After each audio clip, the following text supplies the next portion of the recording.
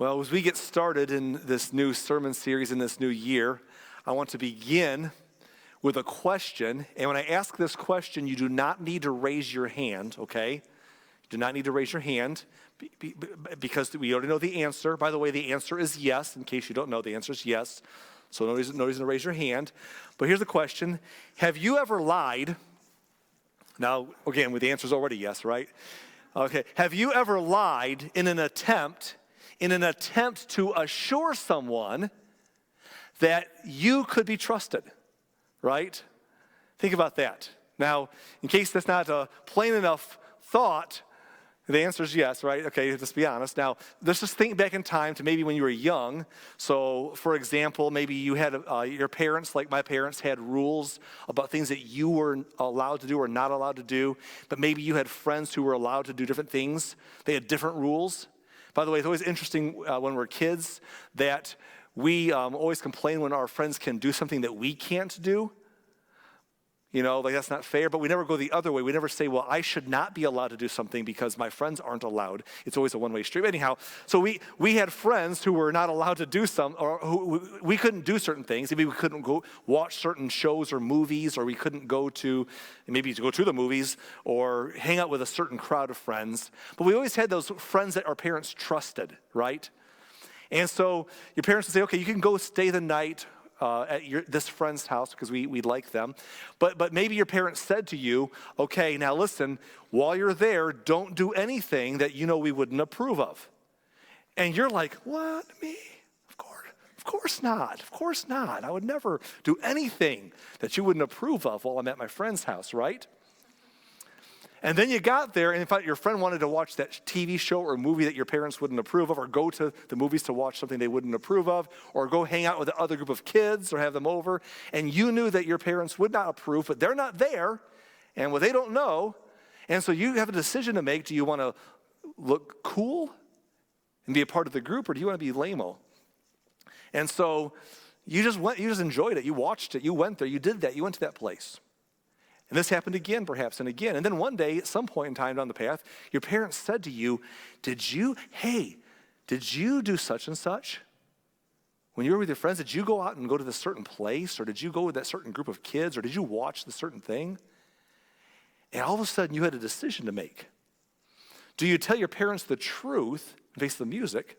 Or do you lie to them so that they will think that they can trust you? Right? They'll continue to trust you, and the best way to get them to continue to trust you is to lie to them about what you've done, right? Now, come on, we can all relate. Now, let me word it this way for the sake of our sermon series, is this. Have you ever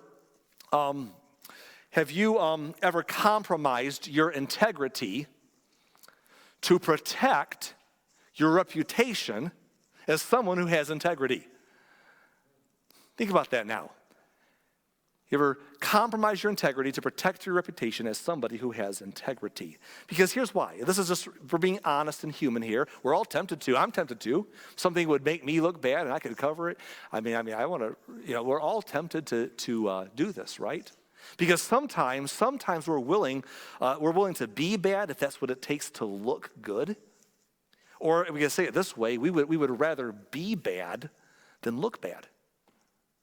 We would rather be bad by being dishonest or deceitful or cheat than to be honest if it might make us look bad, right? That's the temptation we face. And this is why integrity is so very important. So for the next few weeks, we're going to have a conversation with a series that we're entitling Structural Integrity. Structural integrity, and we're going to talk about that a little bit. First of all, the word integrity. Before I say that, let me just say something that I want to say. If you've been around, our ministry here for very long, you've heard me say something like this before. We get our sermon ideas and our sermon series ideas from a lot of different places. Sometimes we just study a book of the Bible together. Sometimes through prayer, God lays us a topic on our hearts, my heart, my team's heart, to preach about that topic. Sometimes it's through counseling people that you see a common problem pop up, and so you want to talk about that problem. Sometimes we read a book or hear a sermon series ourselves, and that speaks to our hearts. We want to bring it and give it to you on Sundays. For example, last year, if you were with us last year at the beginning of 2021, we did a whole series on habits that we largely got from reading a few books on habits. Largely, the most of it was from James Clear's book called Atomic Habits. We was such good information that we curated it here and gave him credit, and we kind of taught it to our church to start off 2021. So we get our sermon topics from a lot of different places, and you know that. But today, so I listen to a lot of sermons and a lot of different preachers because I don't get to listen to the preacher on Sunday. I'm the one up here talking. So I listen to sermons, and one of the preachers I listen to, there's several, is Andy Stanley. And he did a sermon series a few months back on integrity. And it was so good that I got our team, Anthony Curtis, Nathan Christensen, and myself together, and we all listened to them again.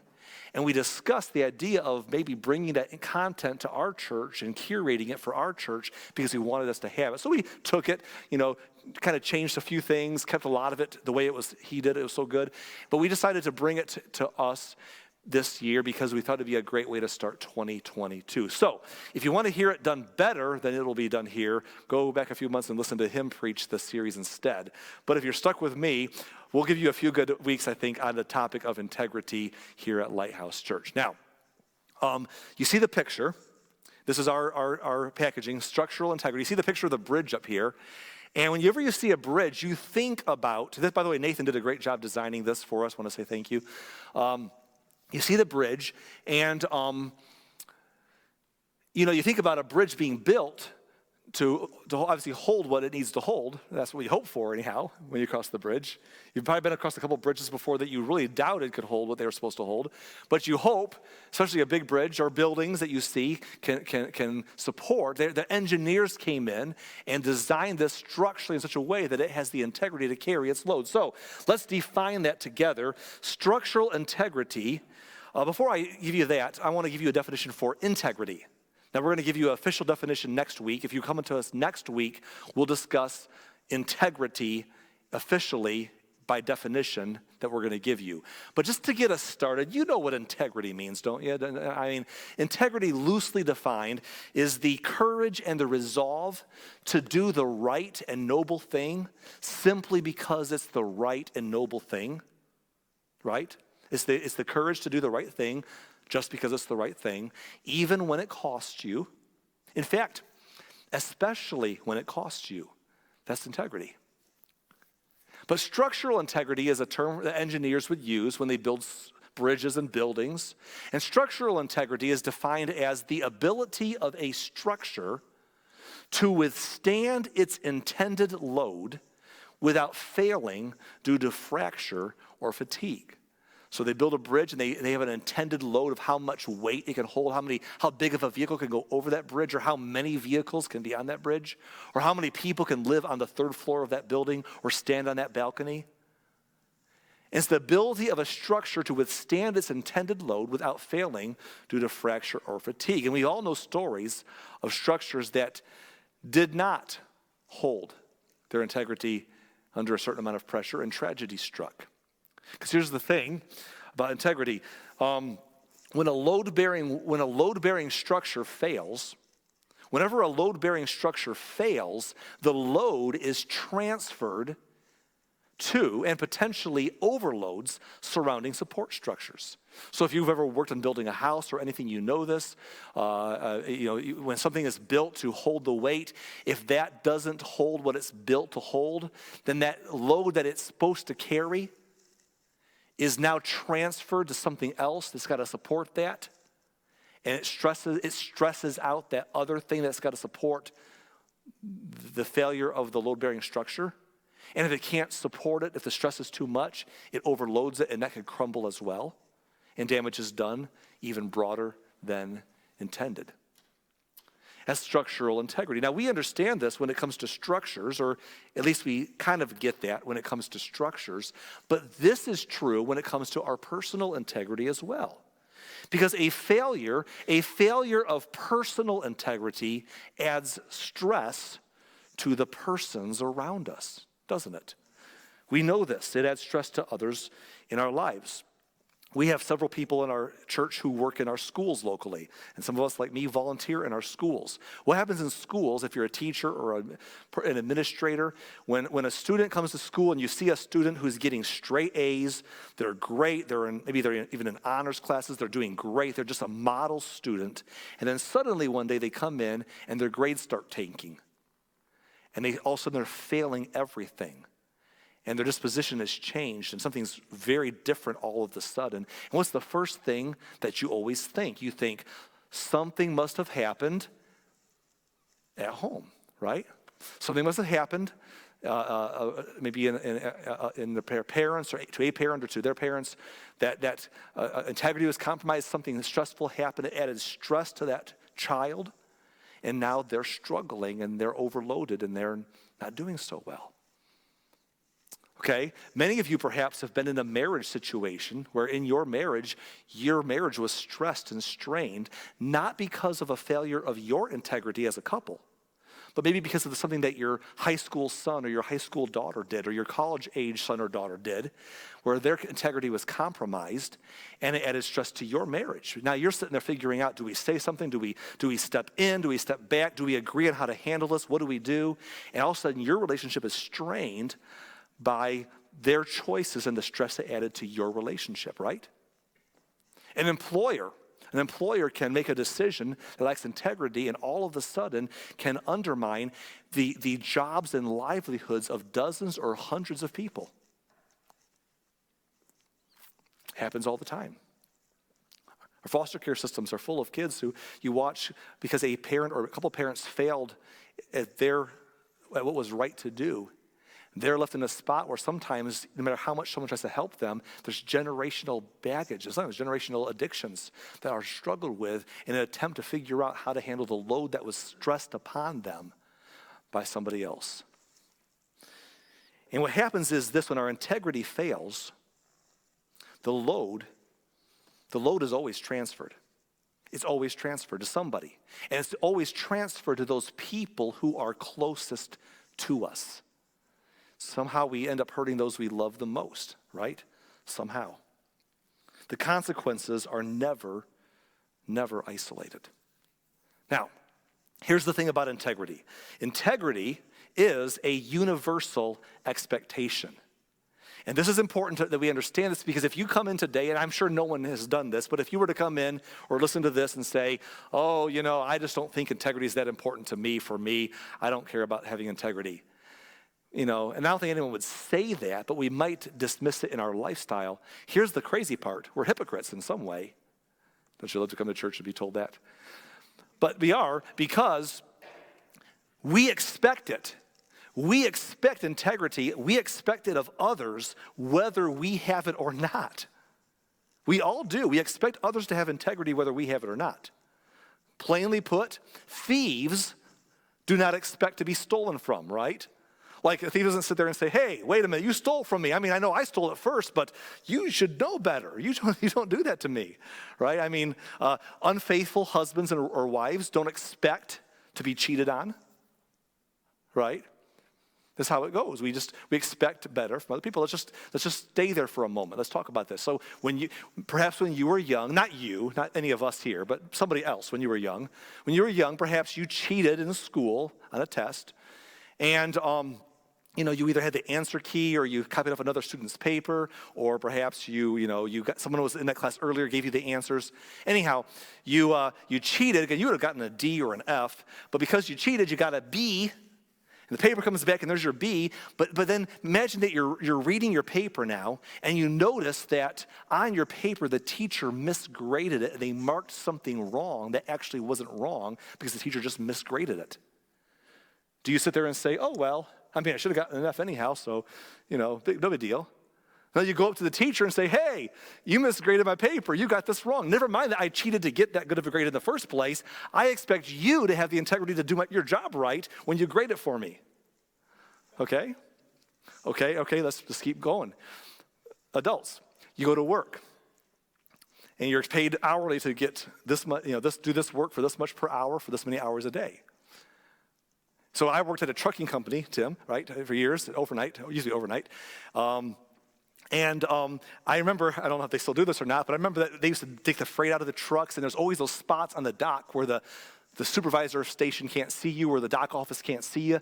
And so guys would always kind of find a spot to hang out and hide, to smoke or to sit around and talk and waste all sorts of time throughout the day, getting paid per hour because, the boss can't see. And we all, go to a break room a few extra times. Maybe you're in the office setting and you're doing your Facebook or checking out bills or answering emails on personal emails or playing games on your phone in the office or whatever. People waste time. But if your boss comes to you and says to you, you get your check and he shorted you or she shorted you a couple of hours, you don't sit there and say, oh, well, I probably wasted a couple hours or more this week. No, you go right to the boss and say, hey, wait a minute now. You underpaid me here. Never mind if I wasted more time than that this week. I expect you to do right. I expect you to have integrity even if I did not have integrity. It's a universal expectation, whether we have it or not. And so not only is integrity expected, but here's the thing that we need to understand. Integrity is essential. It's essential. We can't just say it's not important to me. It is. It's important to us from others, and it's important to us. It's essential for relational contentment and fulfillment. Let me just think of it say it this way. Relationships in close proximity, integrity in relationships is kind of like in machinery. When you have machinery that works together, we don't have as much machinery nowadays as we used to. Everything is digital. But any kind of machinery you can work with, it's amazing how it's built. All these intricate parts that work together in correlation with each other, perfect harmony. It's built that way. It's amazing. But it needs a lubricant, doesn't it? The machinery needs a lubricant so that the machinery can work in perfect harmony. If you take the lubricant out, that machinery will eventually cause friction and will make a big mess. It doesn't matter how well it's built. It doesn't matter how beautiful a machine it is. Without that's going to eventually, that beautiful thing's going to just destroy itself without the lubricant that keeps it running smoothly together in operation. That's how relationships work. It doesn't matter how good your relationships are. You could be made for each other. We're made for each other. You could be at the perfect job and you love everyone on your team at your job. It's just a wonderful team. No matter what your setting is, when you're in close proximity to other people, there's room for friction because proximity creates the potential for friction, which, by the way, increases the demand for integrity. Because the proximity creates that. If you don't have that integrity there, there's a lubricant to that relationship. No matter how magically made for each other you are, how good your team is, there will be breakdown at some point. Because proximity creates the potential for friction. It's important. Now, the problem here is this. There's little external help. There's external help for everything today. Have you noticed that? Like, if you want to improve anything, it's out there. Want to improve your skin? We have products for you. Just go to Walgreens today. Anti-aging, this and that. You got it all. There's products to help your skin, your hair. You want to lose some weight? There's 18 programs out there. Some are free, some are paid. It doesn't matter. We got a plan. You want to, drop a few pounds, want to build some lean muscle fill. You want to do some things that are good for you. We got a plan for it, man. Exercise, cardio. What are you looking for? There's a plan for everything. But when it comes to improving or addressing our integrity, there's very little help in culture. In fact, the external pressure to compromise rather than preserve our integrity can be relentless. For some people in business, this is how you get ahead. This is how you get the deal. It's a dog-eat-dog world, right? Survival of the fittest. You just got to do what you got to do. The external pressure to compromise rather than preserve our integrity is relentless. Even if it's not that, just to compromise our integrity just to not lose everything, just to survive, right? But that's not what I'm even talking about in this sermon series. Because forget the external pressure. Here's our point. The internal pressure to compromise rather than preserve our integrity is relentless. Because do you know what one of the strongest driving forces that we all have? This powerful thing called shame avoidance. Oh, shame avoidance at all cost. That's why we said earlier, have you ever lied in an attempt to convince somebody else that you could be trusted? Have you ever done something against integrity to convince somebody that you have integrity?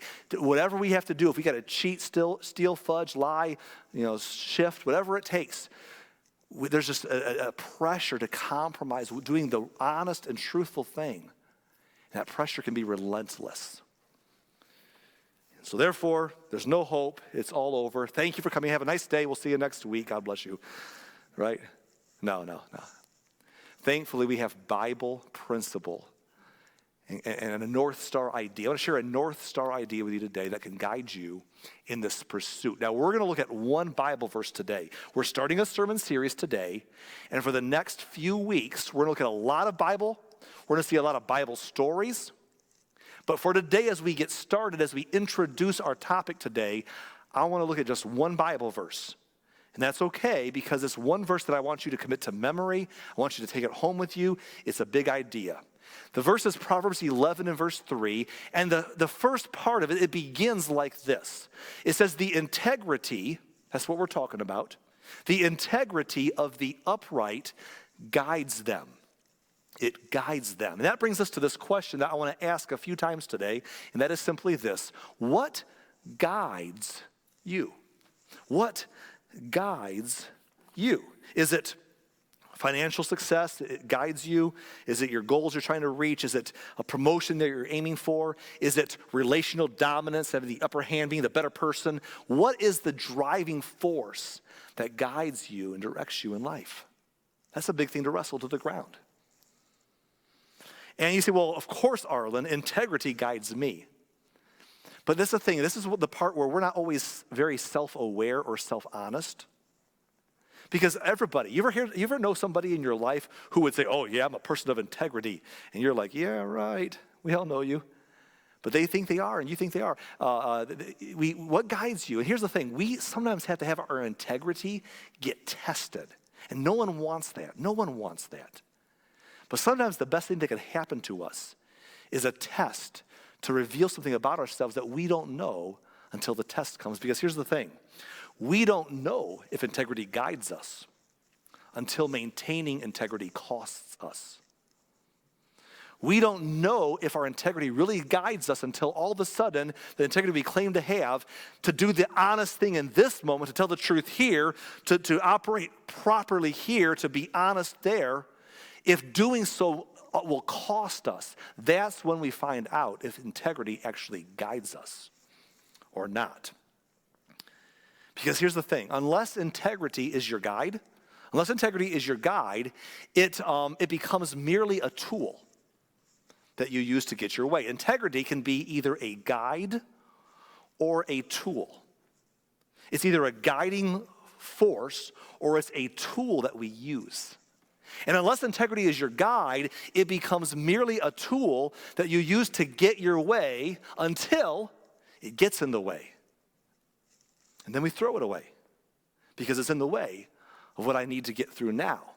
I liked integrity when it's a tool to use to other people. You have integrity, it's expected. It's a tool when it says, look at me, I have integrity, let me get ahead, promote me, think well of me. But all of a sudden when integrity is going to cost me something and it gets in my way, well, if it's just a tool, we throw it away. Right? And that's why it's so important today. It's so important, whether you're watching online or in person. It's so important that all of us here, we have to be slow to judge other people. I know we live in a culture that encourages us to judge other people, right? It's easy to do. It's like we're all paparazzi and we all front row seats everyone's life, and if someone's any kind of fame or they're well known, and we got on social media too. We get on social media and it asks us questions like, tell us what's on your mind. So we're all judge and jury of other people's lives. Can you believe so-and-so? It's very careful. It's very important that we aren't quick to judge other people for their failures at integrity, because we don't know our own integrity until it's going to cost us to maintain it. It's very dangerous for us to say things like, well, I would never do that. Can you believe so-and-so did? Well, I would never do that. I would never do that. Here's the thing. You don't know that.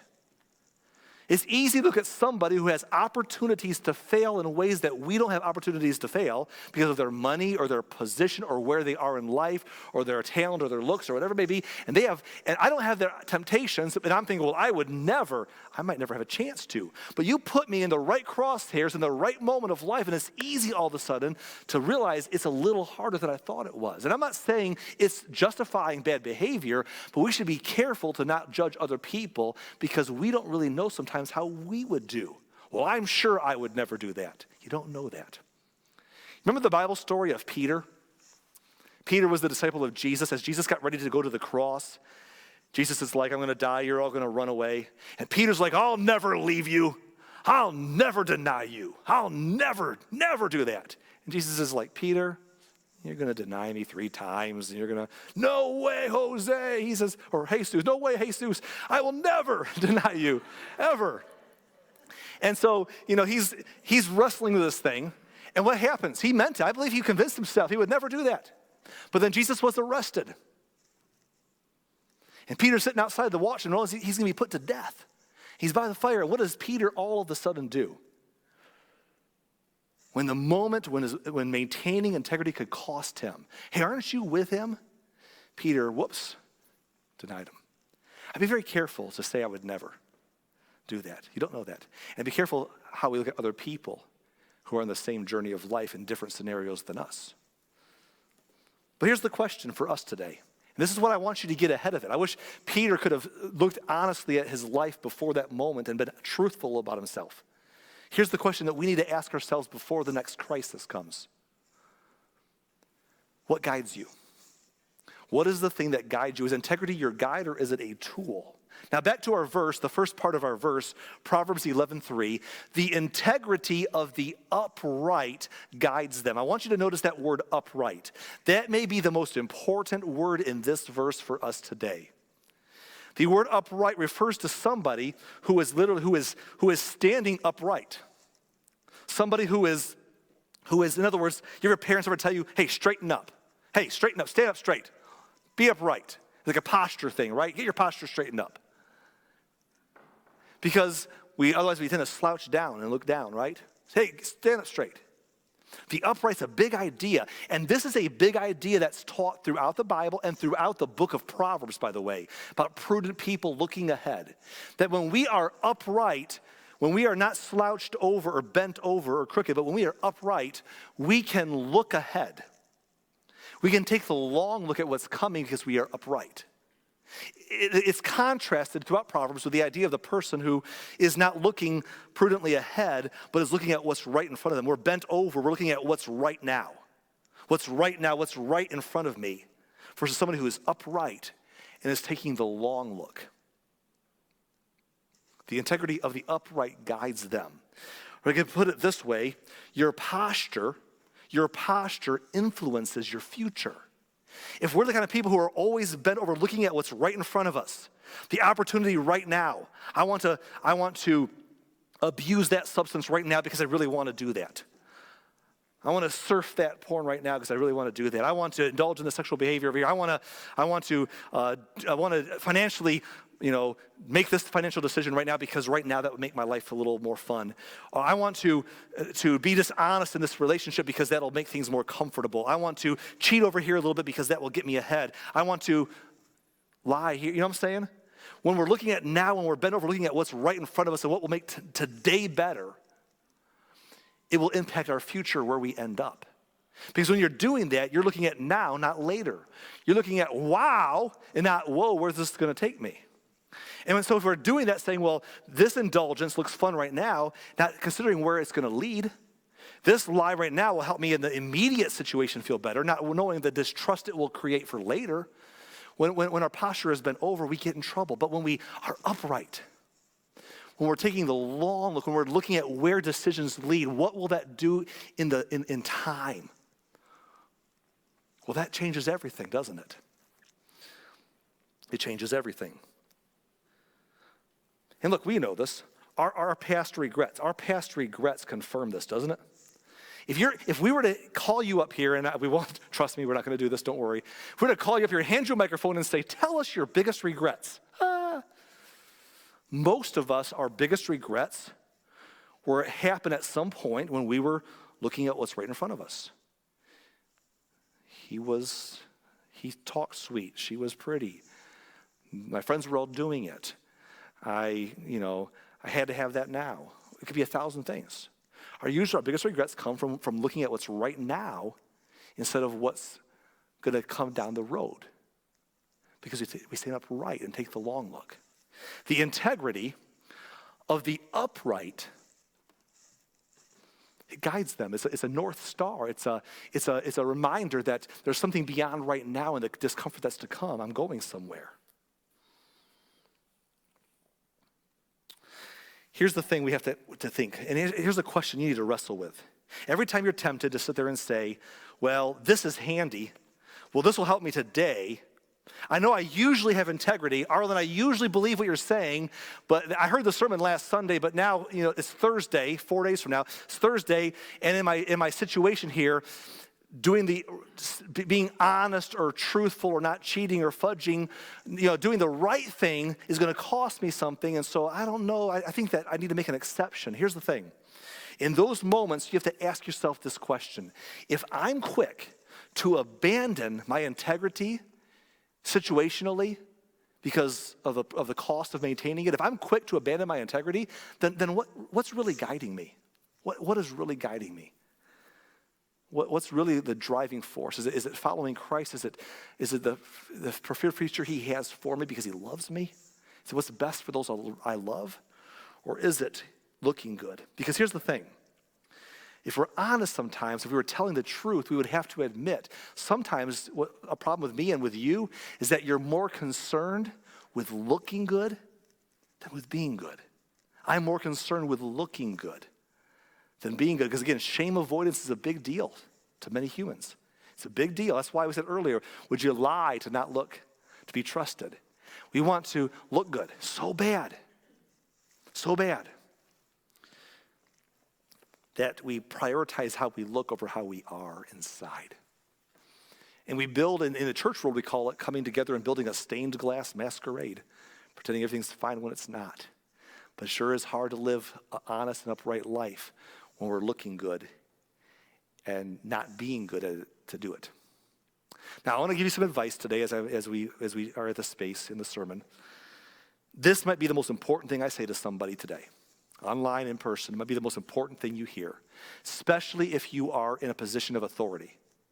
If you are a boss at your job, or if you are a mom or dad, or a small group leader, a Sunday school class teacher, you work with people, you have a circle of friends that you have influence with your friends, your peers, whatever it may be. If you're in a position of authority or a position of leadership, I hope you'll hear this and take it to heart. Your integrity is more important than your infallibility. Because here's the thing, neither you nor I are infallible. And I'm not saying be reckless and who cares. Obviously, when we make decisions, when we falter, it can be costly. It transfers a load. But sometimes, because we know that, we don't want to look bad, so we pretend like we didn't mess up. We cover it up. It's bad enough that we had a fall or a falter, but then we cover it up, or we spin it, or we blame somebody else. We do something to try to protect our image rather than owning what happened. And I want to say this to all of you. Your integrity is so much more important than your infallibility. No one thinks you're infallible. And yes, it might be surprising sometimes to see somebody you looked up to who makes a trip up and a stumble. It might be shocking to see them make a mistake. But when those moments happen, and they happen to all of us, the best thing that person could do is step up and say, hey, I made a mistake. But when we are trying to look infallible and compromise our integrity to do so, we made the wrong trade-off. Moms and dads, you raise your kids. You want your kids to grow up and be honest, but they never see you own it when you're not. When you make a mistake, you're not honest. You spin it, but don't you spin it. You tell your employees to be truthful, to come clean, to put everything on the table, to be honest and open, but you're not as an employer. But I tell you, it can really hurt us, can't it? So your integrity is more important than your infallibility. And so here's what we all have to learn to do. We have to learn in life that the secret is when you mess up, you own up and you clean up. When I mess up, I come up and I say, listen, I own it. No, I'm not going to point fingers or blame somebody else or, well, they provoked me or, well, life is hard or someone else's fault or I'm going to own it and say, it doesn't matter what's going on or who did what, I should not have done that. I messed up, I'm going to own up and I'm going to clean up. I'm going to look at you and say, hey, my bad decision, I messed up, put pressure on you, I transferred a load to you, but I'm going to own it, I'm going to work on it, I'm going to come back and be accountable to you to take the emotional pressure off of you. I will follow up with you. Don't you worry again because I own what I did. I'm going to fix this. Now listen carefully. Isn't that the kind of person that we respect and admire in life? Let's be honest. The people that you respect and admire in life, it's not because they're perfect, right? It's not because they are Jesus, back in the flesh again. It's because that if and when they do mess up, don't you respect the people who own it? They don't point fingers, they just take it. They don't spin it. They don't blame everything else in culture. They just own it. Say, I should do better. And they fix it. They deal with it. They face the consequences. They make it right. No matter how painful it is, even if it costs them something, you respect it in others. And isn't it true that the people who don't do this are the people that we have the least respect for in life? So why are we tempted when we mess up to try to look good rather than be good? Let's mess up. Let's not mess up, but when we do, let's own up and clean up. Look at the rest of our verse together. Proverbs 11, verse 3. The integrity, this is the whole verse now. Ready? The integrity of the upright guides them, but the unfaithful are destroyed by their duplicity. That's an important statement. In other words, people who thought they were walking in integrity, but all of a sudden, the now happens. And don't be fooled. The now happens to all of us. No matter how good you are, at some point, you're taking the high road, you're looking down the pathways, and something happens, and all of us, it pulls our posture down to look at the now. And what happens is sometimes we get unfaithful, and we start making decisions based upon the now without thinking about where that takes us down the road. We start doing what's best now to make me look good or feel good or get ahead now, instead of, is it the right thing or is it just the immediately desirable thing? And so in those moments, when we get unfaithful, the temptation sometimes is to make one bad decision and then to say, I got to cover that. And we keep looking at the now and we cover it. And we start covering our covering. And the unfaithful end up being destroyed by their duplicity. The duplicity of saying, I expect integrity from others, but I don't have it myself. Or I say I do sometimes, but other times I hide. And that unfaithfulness brings destruction. It causes our structure to falter and our load to be transferred to somebody else who's got to bear the stress of it. So the integrity of the upright guides them. And so we've been asking the question, what guides you?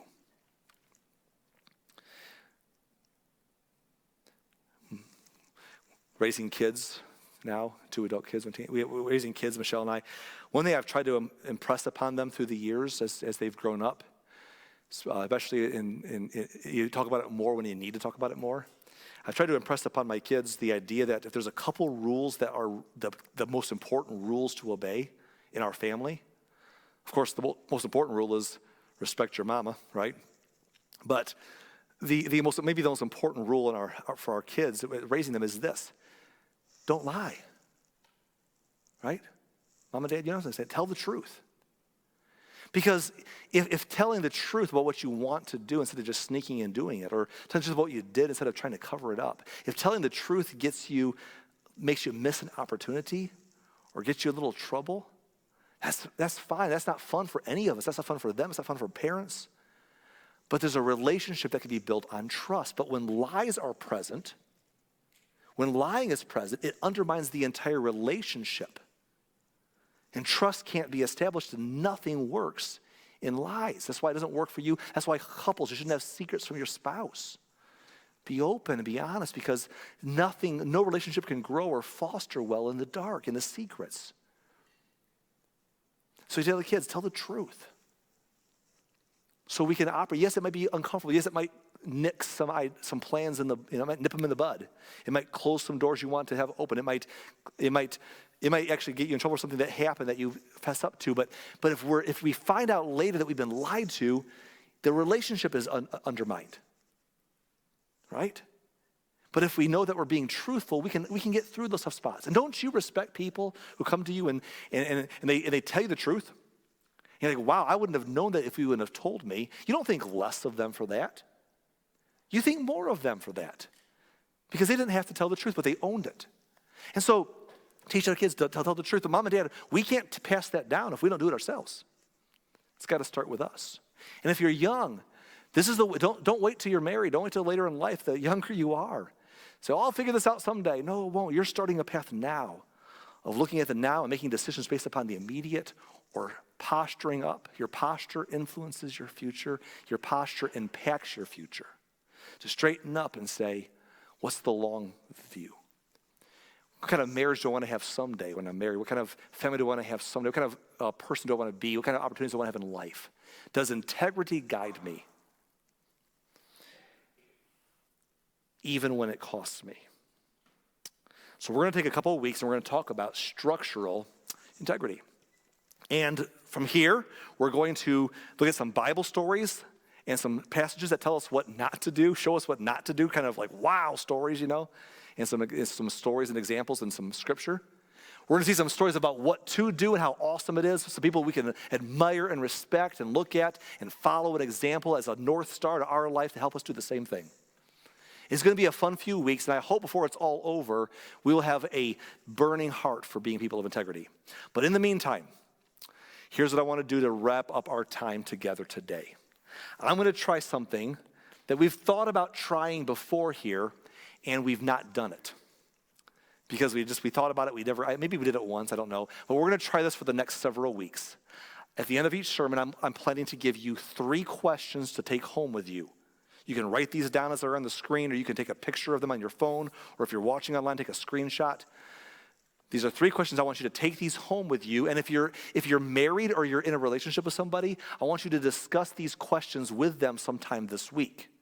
If you have children that are old enough to understand, have this conversation with your children this week and talk about these questions. And if you're in a small group, this is a great idea for a small group to get together and meet and discuss this as a group together in your small groups. 3 questions to take home. Question number 1 is this: have you ever done the right thing because it was the right thing and paid a price? And to follow up to that same question, was it worth it? Was it worth it? This is so important, especially moms and dads especially, but for anybody. This is the kind of stuff that we can pass on. Where our words fall on deaf ears, the stories of our example can carry on in the hearts and lives of those who come after us. So important that when we make decisions of integrity and it costs us, we let people close see that, because it serves to fuel each other to do the right thing. So discuss this. Have you ever done the right thing because it was the right thing and paid a price? And if so, in the end, maybe not that day, maybe in the short run and the long run, was it worth it? Second question I want you to take home with you. Have you suffered personally because of someone else's lack of integrity? Along your life, have you ever had to bear, the load was transferred to you because somebody else didn't bear the load? Put stress on you? You ever had to carry that burden in life? Have you ever, this is therapy time right here, right? Have you suffered personally because of someone else's lack of integrity? How does that feel? What does that tell us about the importance of integrity in our lives, right? Number 3, I simply want to ask you, would you commit our Bible verse, Proverbs 11:3, to memory this week? Proverbs 11:3, the integrity of the upright guides them, but the unfaithful are destroyed by their duplicity. Would you commit that to memory? Put that down, write it down, put it someplace where you'll see it all the time. And would you commit that to memory this week? 3 things to take home with you, your small groups or with your children or your spouse or someone that you care about. And I hope that we can come out of this thing with a resolve in 2022 to be people of integrity. Let's pray.